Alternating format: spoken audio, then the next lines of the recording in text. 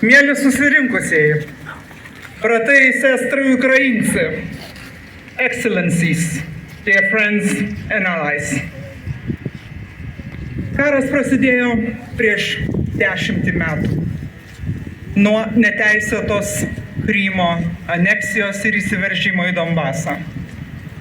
Ir jau antrus metus mes ateiname čia paminėti brutaliausio ir žiauriausio, kruviniausio šio karo etapo – plataus masto invazijos į Ukrainą 2022 m. vasario 24.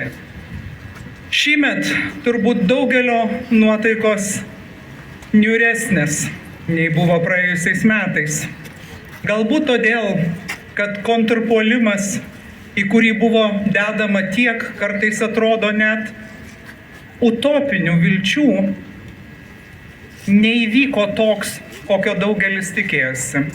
Galbūt todėl, kad vakarų parama stringa ir vėluoja. Galbūt todėl, kad kas nestringa ir nevėluoja, tai Rusijos gebėjimas tiekti į frontą narodo nasilėnijaus mėsą. Naujai ir naujai puolimo porcijai. Tačiau, kas nepavargsta, tai Ukraina. Ukraina nenuleidžia savo širdžių ir savo ginklų. Jau 10 metų, gindama ne tik save, bet ir mus visus. Todėl pavargti neturim teisės.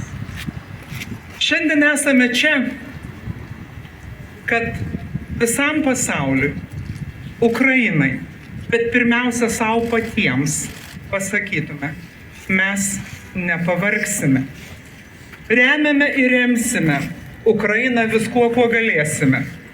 Aš didžiuojuosi ir dėkoju, kad man pasisekė gimti ir gyventi šalyje, kuri dėl Ukrainos daro tiek daug. Daugiau negu gali. Galbūt netgi daugiau negu galvojo, kad gali. Kiekvieną dieną, nepaliaudami, raginame ir raginsime savo sąjungininkus. Visą pasaulį, kuris laiko save civilizuotu. Rusija vylėsi, kad prieš 2 metus pasaulis paliks Ukrainą. Paskęs savo vidiniuose ginčuose, nesutarimuose ir neturės laiko ar ieškos kažkokių kitų išeičių. Bet tą egzaminą mes išlaikėme. Nei kiek neabejoju, kad Kremlius bandys ir toliau, naudodamasis politiniais ciklais, rinkimais, bandydamas siekti, kad kažkur rinkimų pergalė būtų Kremliaus pergalė. Bet aš nei kiek neabejoju, kad Lietuva niekada nebus ta šalis. Lietuva po bet kokių rinkimų bus ta šalis, kuri rems Ukrainą iki pergalės. Kad mes išliksime sąžinės pavyzdžių ir balsu visam pasauliui, ragindami remti Ukrainą ne tol, kol reikės, bet tiek, kiek reikės, kad Ukraina laimėtų, o Rusija pralaimėtų.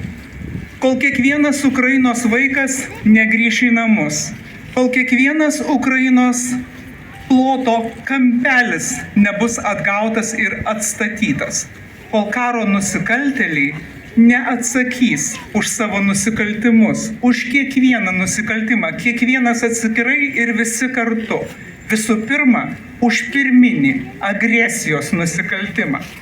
Ištvėrus ir nugalėjusi sovietinės okupacijos Rusijos jungą, Lietuva, kaip ir kitos Baltijos šalys, kaip ir šiandien nepriklausomybės šventę šventinti mūsų sesė Estija, puikiai žino, kad per amžius Rusija galbūt keitė savo pavidalus, bet niekada nekeitė savo kraugeriško imperializmo ambicijos esmės.